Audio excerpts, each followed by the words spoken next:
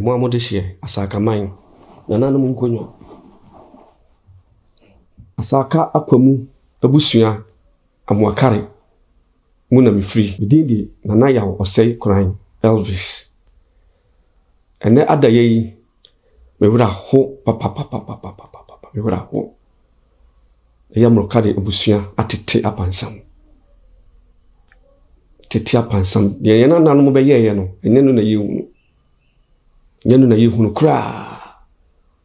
esenso ushia wonu akra wuhu no ushia wofa akra wuhu no esanse yenimu ye ho kabusua de ka yenimu ye ho ne ho na enye saa na etie sisi ya metihe yi me befa amuakare busua ede biakoye eni odo ebam se abusua pani hwese ne ya himfi aye akwamu ahimfi asaka akwamu ahimfi enye eni abre papa odo no biakoye eni yehia ewa busua mu tayetiwe yeni abusua aye bitimi akase ye baako yeni abusua aye bitimi akase yeni mu yehu adentia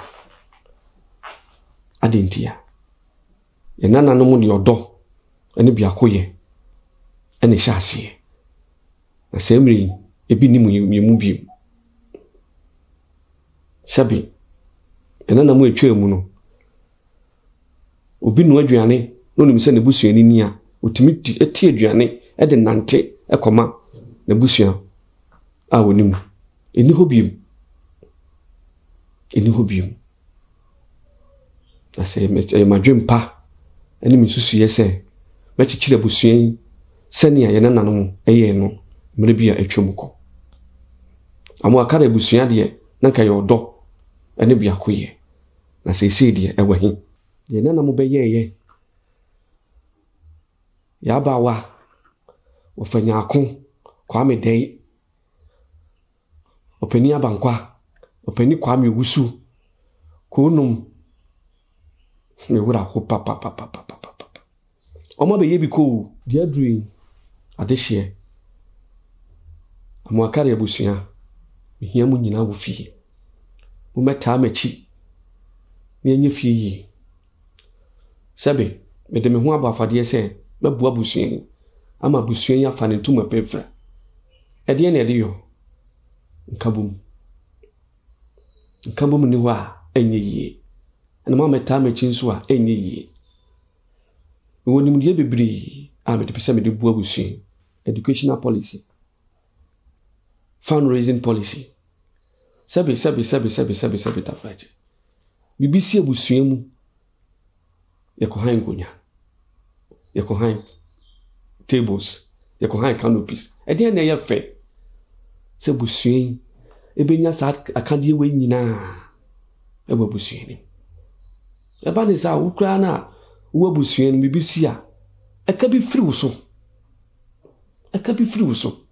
ye wo busua fo bebri asabe omuni mu ade so school no omuntimi nto aso me policy a me wo on education no say tumu akakra be yiyi no akosua mensamba eno ni mu ade no ntimi nkwanko school a oka busua no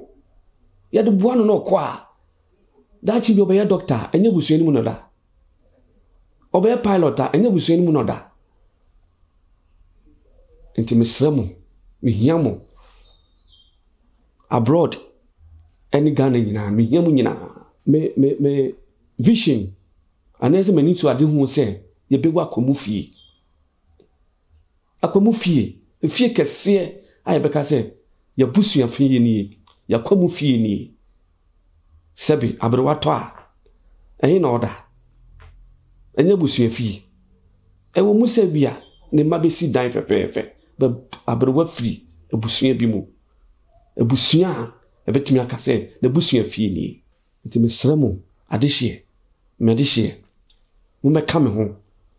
ne ma busuen enum pempenso bia kwawu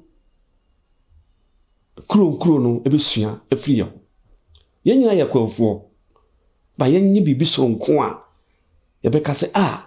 amoakare busuen emu ode amoakare busuen omo domo ho amoakare busuen omo bo omo ho mumra ne nya busuen yie bebi a wo hye bia